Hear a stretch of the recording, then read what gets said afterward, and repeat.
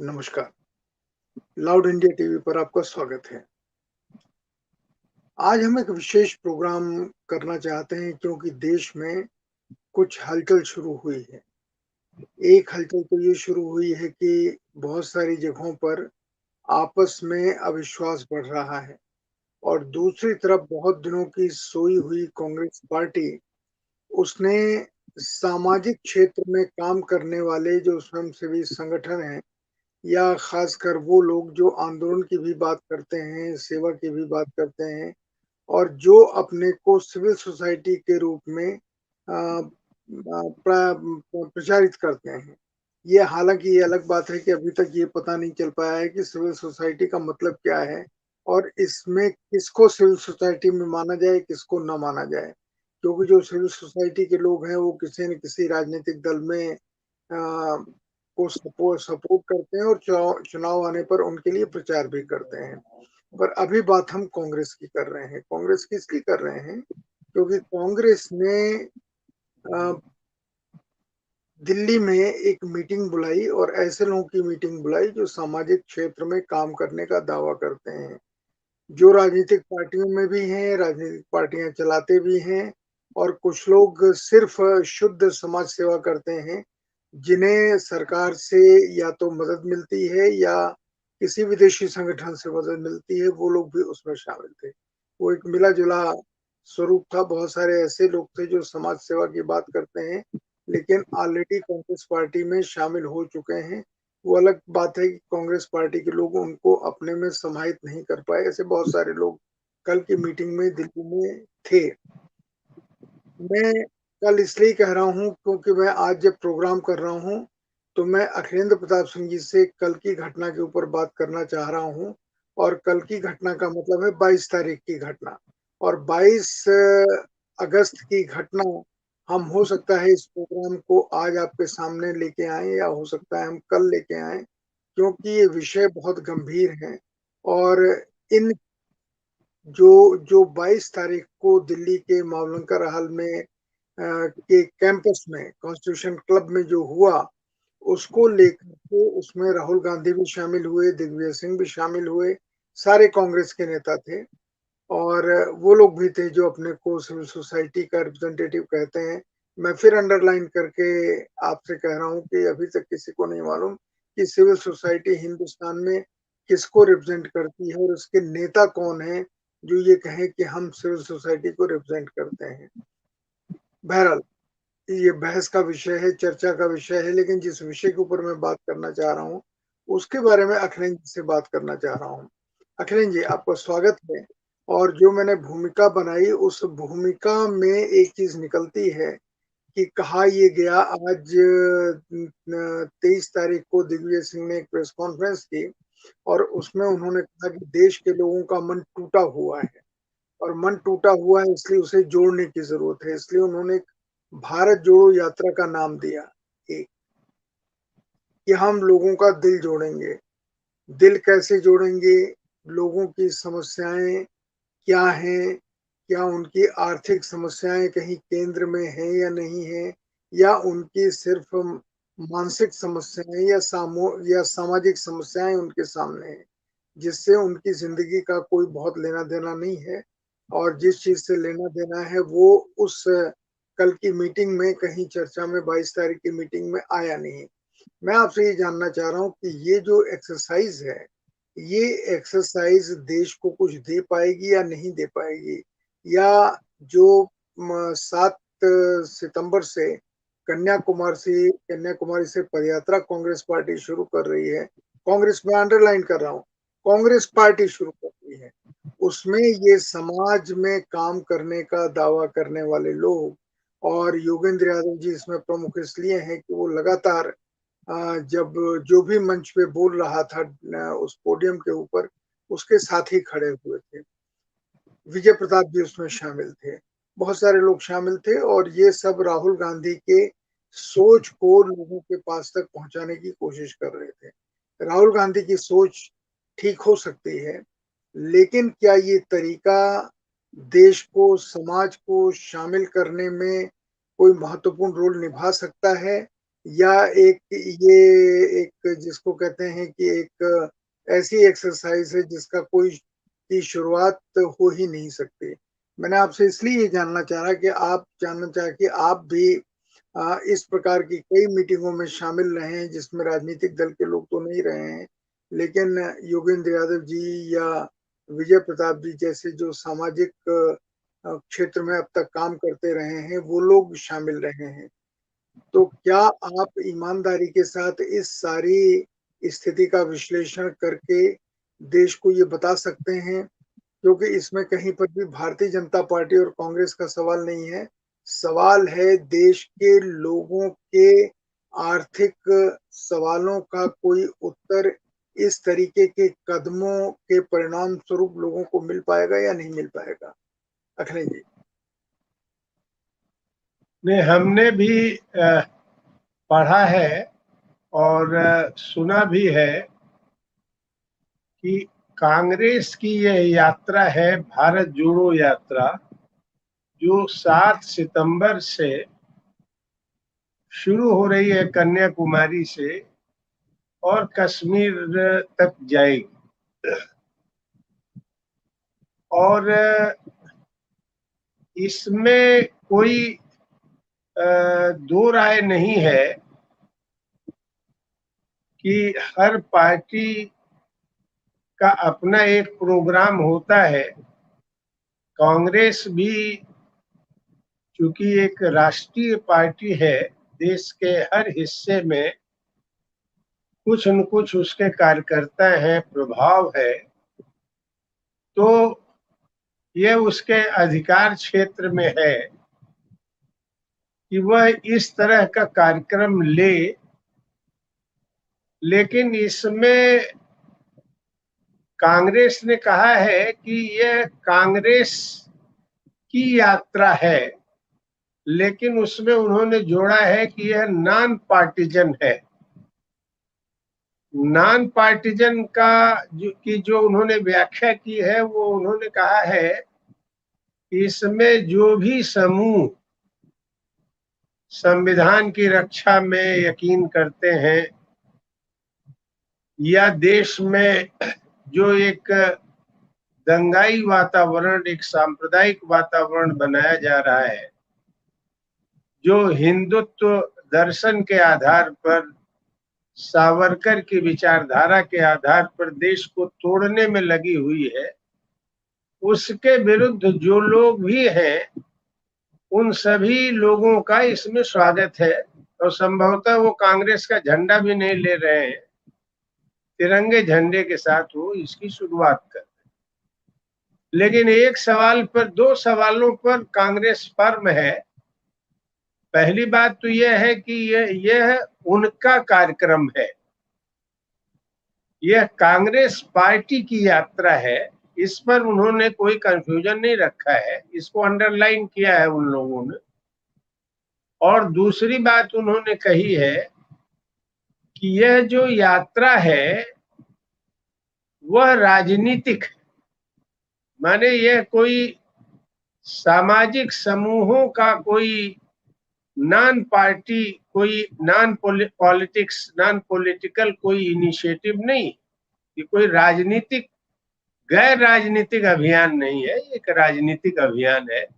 हाँ, उसको उन्होंने क्वालिफाई किया है, यह पार्टी का कार्यक्रम होते हुए भी पार्टीजन नहीं, एक सब लोग, सब समूह इसमें शरीक हो सकते हैं। जो लोग इस देश में इधर के वर्षों में जो संविधान और संवैधानिक संस्थाओं के साथ, आम लोगों की जिंदगी के साथ जो कुछ हुआ है उससे दुखी हैं, उनका दिल टूटा है, परेशान है, वे सब लोगों का इसमें स्वागत। और इस तरह से उन लोगों ने ये अभियान की शुरुआत की। तो पहली बात तो मेरी ये है कि इसमें मैं किसी पार्टी के कार्यक्रम के बारे में नेगेटिव कहने वाला नहीं हूं। मैं एक कहने वाला कौन हो सकता हूं? अब इस यात्रा के बाद क्या निकल के आता है उसका जैसे और लोग विश्लेषण करते हैं, हम भी एक विश्लेषण पर पहुंचेंगे, समझेंगे कि क्या इससे हासिल हुआ। लेकिन अगर इस तरह का अभियान चल रहा है तो कोई अच्छी बात है। अगर कोई शांति हो, सांप्रदायिक सद्भाव पैदा हो, तो उसका कोई विरोध करने का मैं नहीं समझता हूं कि कोई विरोध करेगा, तो उसका स्वागत होना ही चाहिए। लेकिन नजरिया साफ होना चाहिए कि इन चीजों में क्या सवाल है जिस पर आप एड्रेस कर रहे हैं। जो नागरिक समाज के समूह 22 तारीख को थे, देखिए वह समूह का कहना है कि हम और भी दल अगर इस तरह से करें तो हम उनका भी स्वागत करें, तो इसलिए हम इसका स्वागत कर रहे हैं। लेकिन वही मैंने जयराम रमेश की एक टिप्पणी देखी। उनका कहना है कि कल तक जो लोग विरोध कर रहे थे कांग्रेस का, आज उन लोगों का कहना है आज वे लोग कांग्रेस के साथ खड़े। तो कई तरह के विरोधाभास हैं इसमें। बहरहाल नागरिक समाज अगर संविधान की रक्षा के लिए बात करता है, देश जोड़ने का बात करता है, पहले से भी उनका कार्यक्रम, लेकिन इस नागरिक समाज का राजनीतिक महत्व अभी तक भारतीय राजनीति में कम रहा है, नैतिक प्राधिकार रहा है।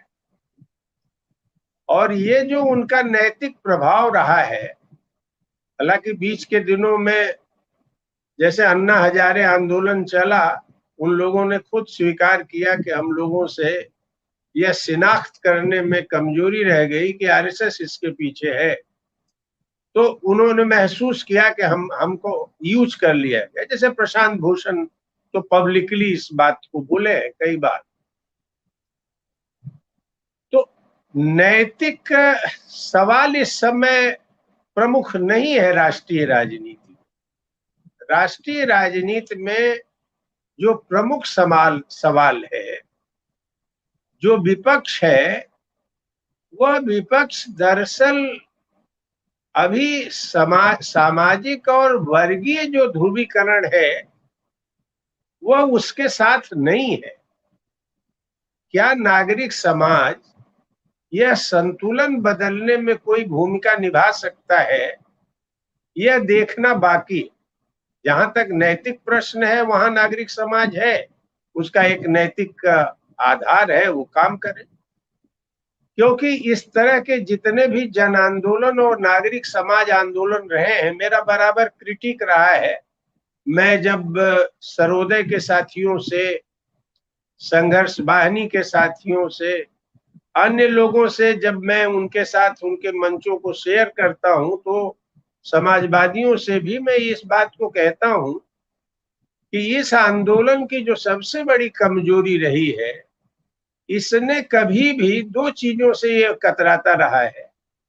एक तो यह राजनीतिक प्रक्रिया का हिस्सा बनने से कतराता रहा है, और दूसरा इसने सत्ता का प्रश्न, राजनीतिक सत्ता का प्रश्न अपने विमर्श के केंद्र में नहीं रखा, जिसकी वजह से यह आंदोलन राजनीतिक तौर पर उतना प्रभावशाली नहीं हो पाया। बिल्कुल। और यह प्रभावशाली न होने की वजह से कभी किसी के पीछे कभी किसी के पीछे लग जाने की इसकी एक प्रवृत्ति है। ये एक स्वतंत्र दावेदारी पेश करके अन्य लोगों को बाध्य करे कि वो उनके साथ खड़े हों, यह क्षमता अभी इस तरह के जन आंदोलन और नागरिक अधिकार आंदोलनों ने नहीं पैदा की। बहरहाल समाज में एक हिस्सा है नागरिक अधिकार आंदोलन, जन आंदोलन। वे लोग अगर राहुल गांधी की इस यात्रा के साथ खड़े हैं तो अच्छी बात है, उस यात्रा में ले जाएं। लेकिन मुख्य प्रश्न यह है कि यात्रा की जो हमने व्याख्या सुनी, वह व्याख्या है कि राहुल गांधी शायद 3 स्तंभ की बात किए हैं कॉन्स्टिट्यूशन क्लब में कल। उन्होंने कहा आर्थिक, सामाजिक और राजनीतिक। और आर्थिक वाले पर मैं समझता हूं कि इस समय इस देश में आंदोलन गांव में, खलिहानों में, सड़कों पर है। जैसे मैं देख रहा हूं, किसान आंदोलन अभी भी संघर्ष के दौर से गुजर रहा है। उनके नेता अभी भी संघर्ष कर रहे हैं। ढेर सारे किसान संगठन, जिसमें हम सब लोगों के किसान संगठन शरीक हैं, इन आंदोलनों में अभी भी हैं।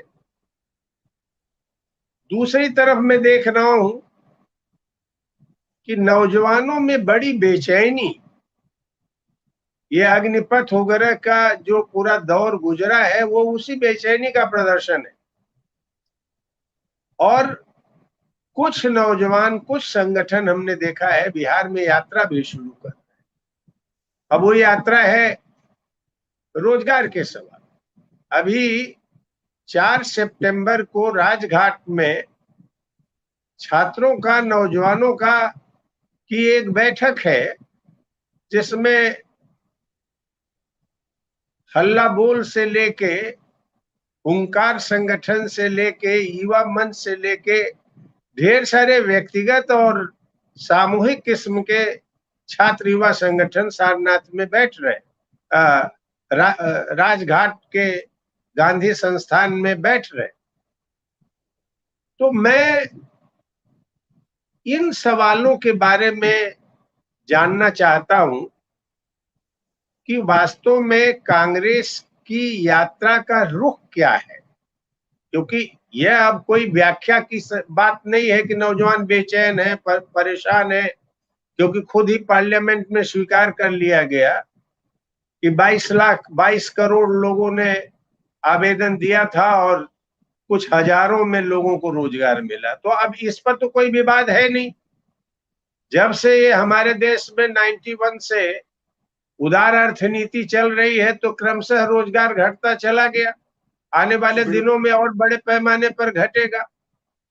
तो मैं ये जानना चाह रहा था कि एक मांग इधर बहुत तेजी से उभरी है कि परिवार के हर एक सदस्य को सरकारी नौकरी, स्थानीय निकायों से लेकर के केंद्र सरकार और सार्वजनिक क्षेत्र में एक व्यक्ति को कम से कम रोजगार की गारंटी हो। अब देखिए, ये स्पेसिफिक बात है। भारत जोड़ो, नफरत छोड़ो, ये सब आदर्श मूलक बातें हैं, हो रही, लेकिन जो कमी है सामाजिक वर्गीय संतुलन डेमोक्रेसी के पक्ष में हो, फांसीवाद से, तानाशाही की ताकतों से अलग हो और यह एक बड़ी ताकत बने, इसका जो सामाजिक ध्रुवीकरण होना है, आर्थिक ध्रुवीकरण होना है, इस प्रश्न पर कांग्रेस क्या रुख लेती, क्योंकि यह एक जिस्ट है। या जैसे अभी आप देखिएगा, यह प्रश्न बहुत लोग कहते हैं कि अरे भाई, हर परिवार के हर सदस्य को नौकरी नहीं दी जा सकती। अर्थशास्त्रियों ने अध्ययन करके, प्रभात पटनायक ने तो अच्छा काम किया है, अध्ययन करके यह निकाला है कि आपको ज्यादा काम नहीं करना है। अगर आप अंबानी, अडानी जैसे कारपोरेट को, या जो विदेशी कंपनियां भारतवर्ष में लूट मचाई हैं ग्लोबल कैपिटल का, ऐसी फोर्सेस को अधिक नहीं 2% आप वेल्थ टैक्स लगा दीजिए, स्टेट ड्यूटी लगा दीजिए, इनहेरिटेंस का लगा दीजिए, तो पर्याप्त पैसा मिल जाएगा रोजगार सृजन का, लोगों को रोजगार देने का। तो यह भ्रम पैदा किया गया, अरे भाई सरकार कैसे सबको नौकरी देगी। प्राइवेट सेक्टर में कोई नौकरी नहीं, सरकार कोई नौकरी नहीं देगी, तो इतनी बड़ी हमारी जो वर्क फोर्स है वो जाएगी कहां। तो इन प्रश्नों पर हम उम्मीद करते हैं कि कांग्रेस की जो यात्रा है, यात्रा का स्वागत करते हुए भी हम ये उम्मीद करते हैं कि कांग्रेस इसके बारे में अपने रुख को स्पष्ट करे। दूसरी बात है एक दो बातें और कह लें तो आप इसको पूछिएगा। दूसरी बात है कि कांग्रेस कम से कम स्पेसिफिकली ये कहे कि जो हम लोग लड़ रहे हैं, किसान हिंदुस्तान का लड़ रहा है, कि उसको न्यूनतम समर्थन मूल्य उसकी उपज का मिले, इससे कम पर वो कंप्रोमाइज करने के लिए तैयार नहीं है।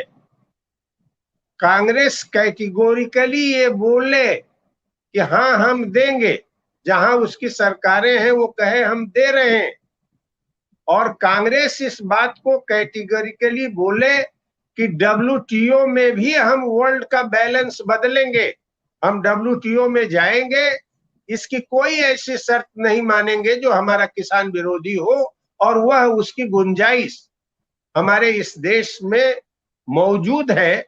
डब्ल्यूटीओ के ही कई तरह के क्लाजेज में ये मौजूद है। तीसरी बात, डेमोक्रेसी सबसे बड़ी विक्टिम बनी हुई है, और सबसे ज्यादा डेमोक्रेसी को विक्टिम बनाने वाले ब्लैक लॉज है, जिसमें यूएपीए जैसा कानून है जो कभी कांग्रेस के जमाने में ही इंट्रोड्यूस किया गया है। ऐसे कानूनों को हम रद्द करेंगे, काले कानून से भारत की जनता को मुक्त करेंगे और डेमोक्रेसी को ग्रासरूट लेवल तक ले जाएंगे। हमारे जैसे लोगों की अपेक्षा इस यात्रा से है, इस यात्रा का समर्थन करने के साथ। अखिलेश जी, आपकी अपेक्षा, आपकी आशाएं पूरी हों, ये हर आदमी चाहेगा, लेकिन यहाँ एक दो सवाल खड़े होते हैं। पहला, कि इसी अर्थव्यवस्था का समर्थन श्री राहुल गांधी कर चुके हैं कि हमारी सोच में और भारतीय जनता पार्टी की सोच में अर्थव्यवस्था के मानकों को लेकर के या उसकी दिशा को लेकर के कोई मतभेद नहीं है। तो फिर कैसे वो ये सारी चीजें कह सकते हैं? Number one. नंबर दो, महत्वपूर्ण चीज, कि जिन सवालों की बात आपने की है वो सवाल कांग्रेस के तो कभी रहे ही नहीं। तो यहाँ प्रश्न ये उठता है कि कांग्रेस जो ये कदम उठा रही है, इस कदम का परिणाम क्या होगा? देश में और कंफ्यूजन या देश में बदलाव के प्रति आशा? ये बहुत महत्वपूर्ण सवाल है, क्योंकि मैं आपको बता दूं, ये जो कल अभी मेरी थोड़ी देर पहले कुमार शुभमूर्ति जी से बातचीत हुई, जो सर्वोदय आंदोलन के आपकी कई मीटिंगों में शामिल रहे। उन्होंने मुझे साफ कहा, मैंने उनसे पूछा आप क्यों नहीं गए कल कांग्रेस की मीटिंग में? उन्होंने कहा कि चूंकि मुझे बुलाया नहीं गया, अगर मुझे बुलाया जाता तो शायद मैं उसमें जाता। वो भी नागपुर जा रहे हैं, वहां से पूना जाएंगे, फिर बेंगलुरु जाएंगे, और वहां जो आपकी तरह के या उनकी तरह सोचने वाले लोग हैं उनसे मिलेंगे। पर महत्वपूर्ण ये नहीं, महत्वपूर्ण ये उन्होंने कहा कि अगर हमको कल की मीटिंग में जो 22 तारीख को हुई है, अगर उसका निमंत्रण हमें मिलता तो हम जाते, जाने में कोई दिक्कत नहीं थी। मैं ये सवाल खड़ा कर रहा हूं कि अगर अगर आर्थिक सिद्धांत कोई मुद्दा नहीं है, तो फिर भारतीय जनता पार्टी ही अगर बनी रहे तो क्या दिक्कत है? क्योंकि भारतीय जनता पार्टी की सांप्रदायिक नीतियों में और कांग्रेस के समाज को लेके या धर्म को लेके जो नीतियां हैं, उनमें कितना फर्क है? क्यों लोग कांग्रेस को वोट दें और क्यों कांग्रेस के साथ आए, ये प्रश्न है। कांग्रेस पार्टी के लोग तो शामिल होंगे 5 सितंबर से या 7 सितंबर से जो यात्रा है कन्याकुमारी से, लेकिन जनता उसमें कैसे शामिल होगी और क्यों शामिल हो, इसका कोई आधार उन सवालों के ऊपर नहीं दिखाई देता जिन सवालों से देश की तकदीर बदल सकती है। वो सवाल तो है ही नहीं कहीं सामने। अखिलेश जी, देखिए, वही बात जो आप कह रहे हैं मैं बराबर अपनी बातचीत में रखता हूं। यह दुर्भाग्यपूर्ण है कि कांग्रेस अभी जैसे ही इन बर्निंग इश्यूज की बात करिए, तो चाहे वो बेरोजगारी की बात करिए, पर्यावरण की बात करिए, तो कांग्रेस का एक हिस्सा है जी, जो ये कह देता है कि ये भारत को प्री 90 पोजीशन में ले जाना चाहते हैं। तुरंत उनका एक बदा बदाया, हमको कई लोगों ने बताया कि जैसे ही ये सुझाव दिए जाते हैं कि भाई प्री 90 में ले जाने की बात नहीं है, सवाल ये है कि हिंदुत्व बढ़ भी क्यों रहा है। देखिए, एक सामान्य थियरी ये है कि बड़ा डिस्ट्रेस होगा, गरीबी बढ़ जाएगी तो इनकलाब हो जाए। बात यह है कि ये जो पूरा वैक्यूम तैयार हो रहा है, जो फ्रस्ट्रेशन लोगों का हो रहा है, जो पॉलिटिकल प्रोसेस से अलगाव बढ़ रहा है, यह अलगाव इन्हीं नीतियों की वजह से है जिनको हम आर्थिक नीति कह रहे हैं, जिसमें लोगों के पास रोजगार नहीं है, घर नहीं है, खेती बर्बाद हो रही है, चौतरफा परेशानी है।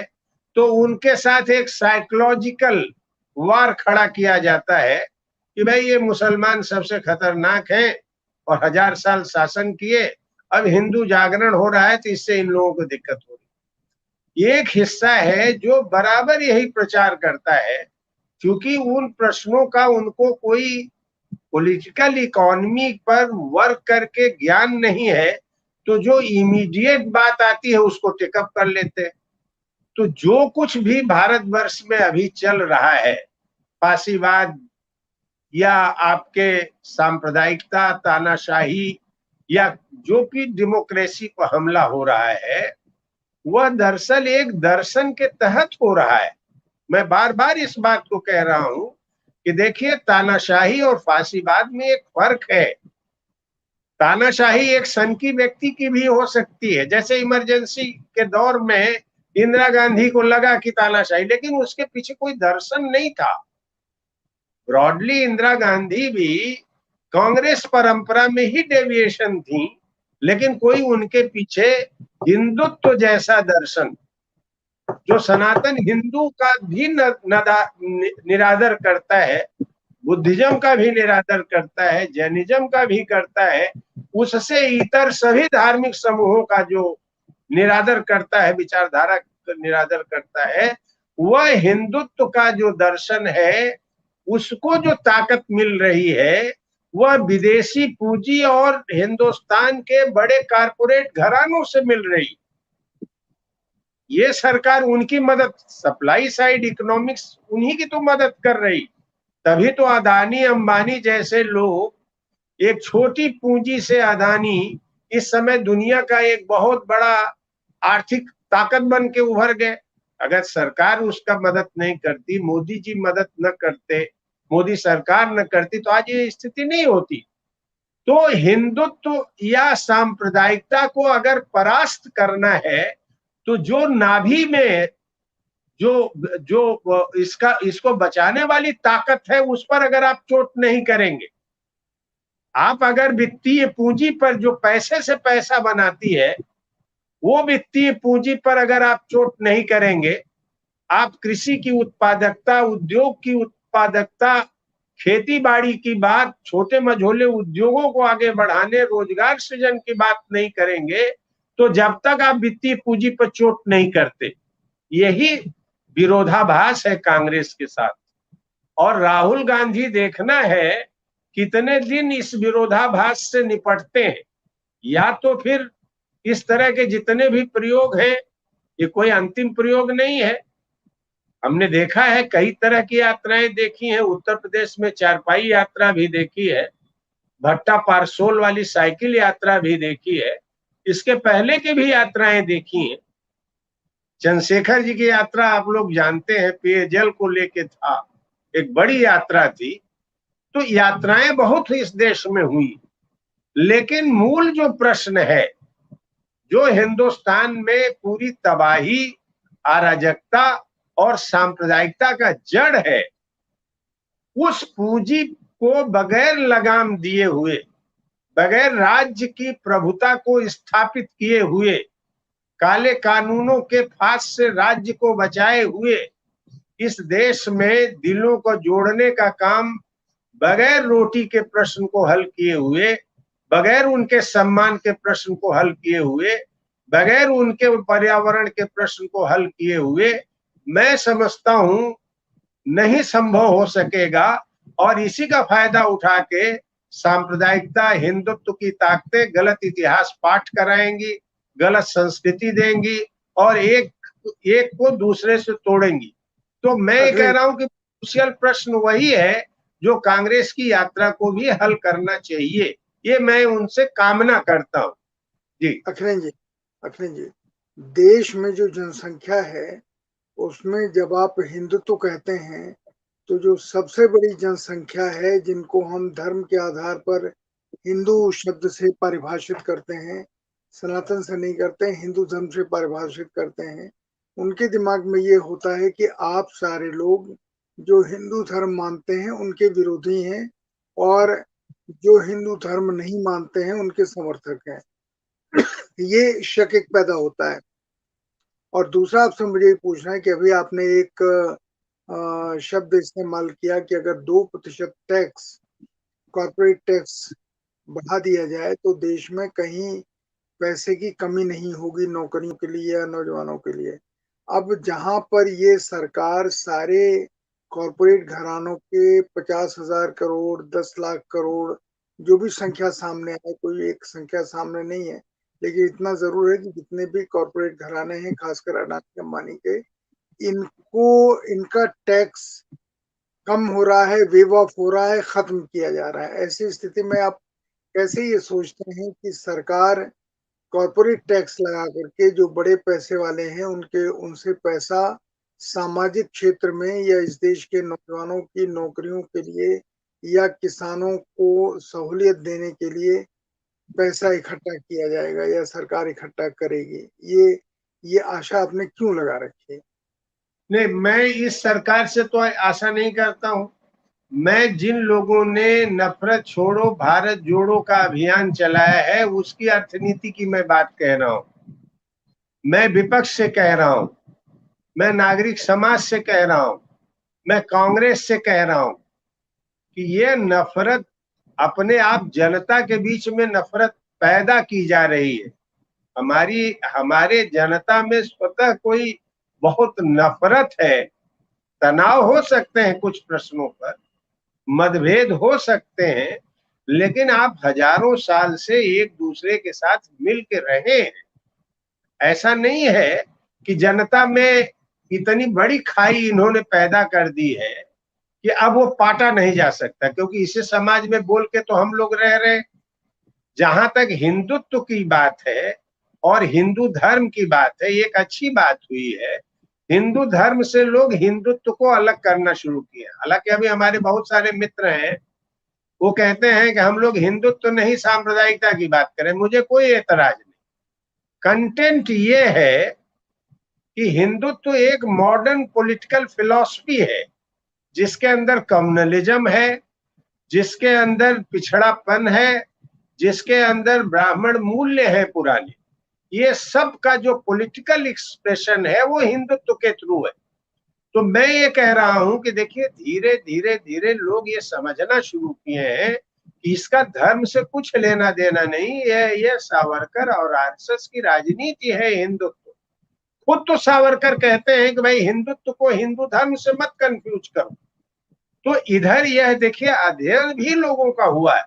सावरकर कभी भी हिंदू धर्म और हिंदुत्व को मिलाना नहीं चाहते। वो शुद्ध तौर पर हिंदुत्व की बात करते।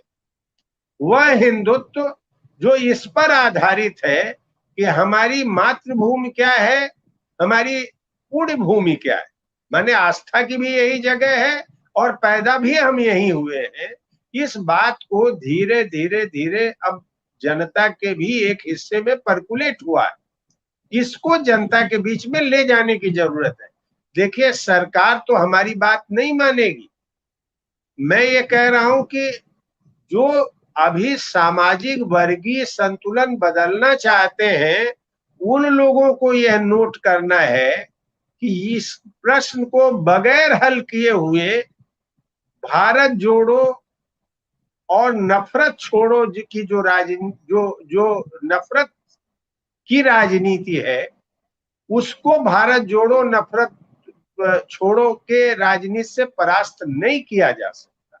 क्योंकि उसका केंद्रीय विषय है कि लोगों के रोजी रोटी, मकान, स्वास्थ्य, शिक्षा का प्रश्न हल होना यह सरफेस पर दिख रहा है। मैं ये नहीं कह रहा हूं कि आप नीति सब बदल दीजिए, मैं कह रहा हूं कि एक नागरिक होने के नाते यह हमारा मौलिक अधिकार है, संविधान में भी है, इसकी आप गारंटी करो, जो भी अर्थनीति ले आओ हम उसका स्वागत करेंगे। तो मेरा कहने का मतलब यह है कि इस प्रश्न को कांग्रेस हो विपक्ष हो अगर हल नहीं करेंगे तो सामाजिक शक्तियों का वर्गीय ध्रुवीकरण अपने पक्ष में करना उतना आसान नहीं है जितना ये लोग सोचते हैं। तो इस प्रश्न पर मैं सबके लिए छोड़ रहा हूं, नागरिक समाज के साथियों से भी कह रहा हूं, शिवमूर्ति जी से भी हमने कहा, एक सहमति बनी है लोगों से कि इन प्रश्नों पर जरूर लोगों को शिक्षित किया जाए कि इन कारणों से भारतवर्ष में सांप्रदायिकता फैल रही है और उस कारणों से भी जनता को शिक्षित किया जाए और एक ताकत राजनीति की पैदा की जाए। जी अखिलेश जी, आखिरी दो छोटे छोटे सवाल हैं। एक तो मैं फिर उस सवाल को दोहराता हूं कि जिन लोगों को कांग्रेस ने सिविल सोसाइटी के नाम पे या आंदोलनकारियों के नाम पे शामिल करने की कोशिश की, उसमें से दो बड़े नाम नजर नहीं आए, बल्कि मैं कई नाम लेता हूं। एक नाम तो जो चूंकि आपने सर्वोदय का नाम लिया, एक नाम उसमें कुमार प्रशांत का है, कुमार शुभमूर्ति हैं, रामचंद्र राही हैं, अमरनाथ भाई हैं। इन सारे लोगों को इसमें आमंत्रित नहीं किया गया। क्यों आमंत्रित नहीं किया गया? क्या ये लोग सिस्टम विरोधी हैं या व्यवस्था विरोधी? इनको मान लिया गया कि वो कांग्रेस की व्यवस्था को भी नहीं मानेंगे, या इनको मतलब जिन लोगों ने भी चुना, आपका अंदाजा पूछ रहा हूं क्योंकि आप कांग्रेस के नहीं है इसलिए आपसे मुझे सीधे पूछने का हक नहीं है, पर अंदाजा तो पूछना चाहिए। एक तो ये क्यों इन लोग को नहीं बुलाया गया, दूसरा आपसे मुझे सवाल ये पूछना है, आपके बहाने आप जैसे तमाम लोगों से जिनको आज तक कांग्रेस की अर्थनीति में कहीं पर भी कोई प्रगतिशील या प्रोग्रेसिव लीड नहीं मिली, वो ये मान के चल रहे हैं कि देश को गुलाम बनाने का काम 91 से शुरू हुआ, जो नई आर्थिक नीति नरसिम्हा राव और मनमोहन सिंह लेकर के आए, और मनमोहन सिंह अभी जीवित हैं। तो ये लोग जो लेके आए, जिसकी वजह से आज सारे देश में एक अलग तरह की राजनीति है, एक अलग तरह का वितंडावाद है, एक अलग तरह की सांप्रदायिकता है, खतरनाक है जो। और अगर 90 की बात कोई अगर कहता है आपसे कि ये 90 की दुनिया में ले जाना चाहते हैं, तो 90 में तो एक चीज तो थी ना कि इस देश में अगर एक आदमी मरेगा तो उसकी जिम्मेदारी सरकार की होगी, चाहे वो भूख से मरे या प्यास से मरे। सरकार को जो वेलफेयर स्टेट होने के नाते उसकी नैतिक जिम्मेदारी थी कि कोई भी आदमी, भूख से लोग मर जाए अलग चीज है, निग्लेक्ट करने से या मंत्रियों की लापरवाही से या अधिकारियों की लापरवाही से, लेकिन संविधान के तहत उस एक व्यक्ति के मरने की जिम्मेदारी भी सरकार की होती थी। अब तो सब कुछ सरकार ने पल्ला झाड़ लिया है आज की तारीख में, जिसको हम जो अब 90 की बात करते हैं लोग, उनको ये क्यों नहीं समझ में आता कि उस समय सड़क पे चलना और सड़क बने ये सरकार की जिम्मेदारी थी, बांध बने ये सरकार की जिम्मेदारी थी, शुद्ध पानी मिले, शुद्ध हवा मिले, ये सरकार की जिम्मेदारी थी, क्योंकि सरकार को इसीलिए चुना जाता है। लेकिन आज ये सारी जिम्मेदारी बाजार की है कि अगर आपको सड़क पे चलना है टोल टैक्स दीजिए, आपको पानी देना है बोतल के ऊपर जीएसटी दीजिए, और दूसरी चीज अगर आपको जिंदा रहना है तो ये आपका भाग्य है, आपकी मेहनत है, आप जिंदा रहते हैं या नहीं रहते हैं, क्योंकि सरकार की कोई जिम्मेदारी नहीं है आपको जिंदा रखने की। इसलिए मैं ये प्रश्न पूछ रहा हूँ कि अचानक कांग्रेस के प्रति ये आशा और ये मोह आपके जैसे आंदोलनकारी लोगों के, अखिलेश प्रताप सिंह के नहीं, मैं आपके जैसे तमाम लोगों के इसके बारे में सवाल पूछता हूँ, इनके मन में ये आशा कैसे पैदा हुई कि कांग्रेस 7 सितंबर से यात्रा शुरू करेगी और इस देश में एक जो आज की व्यवस्था है उसके विरोध में एक जन जागरण खड़ा हो जाएगा, पैदा हो जाएगा। देखिए, पहले सवाल का तो मैं ये जवाब देना चाहता हूं कि शुभमूर्ति जी को आप जानते हैं, जयप्रकाश जी ने खुद ही संघर्ष वाहिनी का कन्वीनर बनाया था और 2 सम्मेलनों में हमारी उनसे मुलाकात भी हुई। तो हमें तो सुलझे हुए आदमी दिखे हैं। और ये कह लीजिए तो सर्वोदय आंदोलन में जिन लोगों में, कुछ लोगों में गिना जाए तो उनका भी एक बड़ा नाम है। अब उनको देखिए, बुलाने की जो जिम्मेदारी थी वो तो सिविल सोसाइटी के ही लोगों को दी गई थी। संभवतः हमने देखा है कि ऐसे लोग जो बहुत ही वोकल हैं सांप्रदायिकता के खिलाफ, हिंदुत्व की राजनीति के खिलाफ, जैसे प्रशांत भूषण जैसे लोग, उनको भी नहीं बुलाया गया है। प्रशांत भूषण से मेरी बात आज सुबह ही हुई, तो मैं जानना चाह रहा था आप गए थे तो क्या फाइनल हुआ, तो बोले हमको तो बुलाया नहीं गया। तो आप सुमूर्ति जी को भी बता ही रहे हैं कि उनको नहीं बुलाया गया, उनसे मेरी भी वार्ता हुई। तो जो लोग कभी कांग्रेस में कोई उस तरह से राजनीतिक नहीं है कि कोई कांग्रेस विरोध नाम हो उनका, वो बेसिकली संविधान और उदार मूल्यों के प्रति प्रतिबद्ध हैं, एक वैकल्पिक राजनीति की बात करते हैं, उसमें शुभ मूर्ति या प्रशांत भूषण जी आते हैं। अब उन लोगों को क्यों नहीं बुलाया गया, मैं दो नाम इसलिए कह रहा हूं कि सिंबॉलिक है। उनको क्यों नहीं बुलाया गया मैं नहीं जानता। मैं बहुत ढेर ऐसे लोगों को जानता हूं जो अपने अपने राज्यों में काम कर रहे हैं, उनको नहीं बुलाया गया। हाँ, एक बैठक के लिए हमारे एसआर दारापुरी, जो आईपीएफ के, ऑल इंडिया पीपुल्स फ्रंट के राष्ट्रीय अध्यक्ष हैं, उनका एक पत्रक और फोन योगेंद्र का आया था, उनको उन्होंने बुलाया। तो उन्होंने विनम्रता से कह दिया कि मैं उस समय उपलब्ध नहीं। कौन सी बैठक थी तो मैं एग्जैक्ट नहीं हूं, लेकिन उन्होंने मुझे जो बताया दारापुरी जी। तो क्यों इतने लोगों को बुलाया नहीं गया, कहाँ कम्युनिकेशन गैप हो गया? अरुणा राय वगैरह जी का जहां तक मामला है, वह तो उन लोगों का पुराना संबंध रहा है कांग्रेस में, या ये जो राजगोपाल है, पीबी राजगोपाल, इन लोगों का तो रहा है। तो इसमें अब ये तो योगेंद्र जी बता सकते हैं या कांग्रेस के जो प्लानर हैं वो बता सकते हैं कि सिविल सोसाइटी के जो प्रमुख हिस्से के लोग थे उनको क्यों नहीं बुलाया गया। नाम हुआ अगर नागरिक समाज, तो नागरिक समाज में तो इन लोगों का एक पॉलिटिकल से है, इसमें जरूर कुछ लोगों को बुलाया गया। लेकिन बड़े फिगर्स में, जैसे मैं सुमूर्ति जी का भी नाम ले रहा हूं, या आप प्रशांत जी का नाम ले रहे हैं, प्रशांत भूषण जी का मैं नाम ले रहा हूं, कुमार प्रशांत जी का आप बात कर रहे हैं, जी जी, कुमार प्रशांत जी की आप बात करें, मैं प्रशांत भूषण जी की बात कर रहा हूं। तो इनको क्यों नहीं बुलाया गया, ये तो योगेंद्र जी या जो लोग बुलाए हो वही लोग बता सकते हैं, उस पर मेरी कोई टिप्पणी नहीं, कांग्रेस के लोग बता सकते हैं। जो अब तक आंदोलन के बारे में चर्चाएं बैठक करते रहे हैं, उनमें भी अक्षय वगैरह को नहीं बुलाया गया। हाँ, वही मैं कह रहा हूँ कि क्यों नहीं बुलाया गया, इसके बारे में मुझे जानकारी नहीं, मैंने मेरी कोई टिप्पणी। इन्हीं लोगों से आप इंटरव्यू करें तो पूछें। जहां तक दूसरे सवाल का प्रश्न है, कांग्रेस से देखिए इसलिए लोग उम्मीद करते हैं क्योंकि थोड़ी सी राहुल गांधी की जो वॉइस है, उनको उस फ्रेमवर्क में थोड़ा लोग डिफरेंट देखते हैं। कभी कभी राहुल गांधी के बारे में उनके विपक्षी चाहे जो शब्द का प्रयोग करें, लेकिन राहुल गांधी जब कभी आरएसएस से टकराते हैं या इन प्रश्नों पर बात करते हैं, तो लोग समझते हैं कि कांग्रेस की जो पुरानी पारंपरिक लीक है उससे राहुल गांधी अलग हो रहे हैं, और अगर वो प्रयास कर रहे हैं तो मदद की जाए। क्योंकि अन्य जो क्षेत्रीय दल हैं उनकी हालत तो आप और देख लीजिए।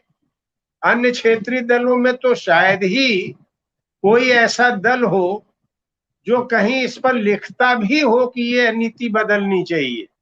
वो तो लालायित रहता है कि हमको वर्ल्ड बैंक से, आईएमएफ से सीधा संपर्क बनाने का अधिकार दे दिया जाए।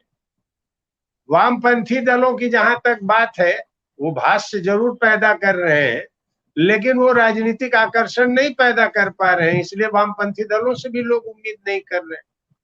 जो सामाजिक नागरिक आंदोलन है, मैंने आपसे बताया कि उसका जो सबसे बड़ा प्रश्न था, उसने कभी राजनीतिक सत्ता का प्रश्न, अपना चिंतन का प्रश्न बनाया ही नहीं।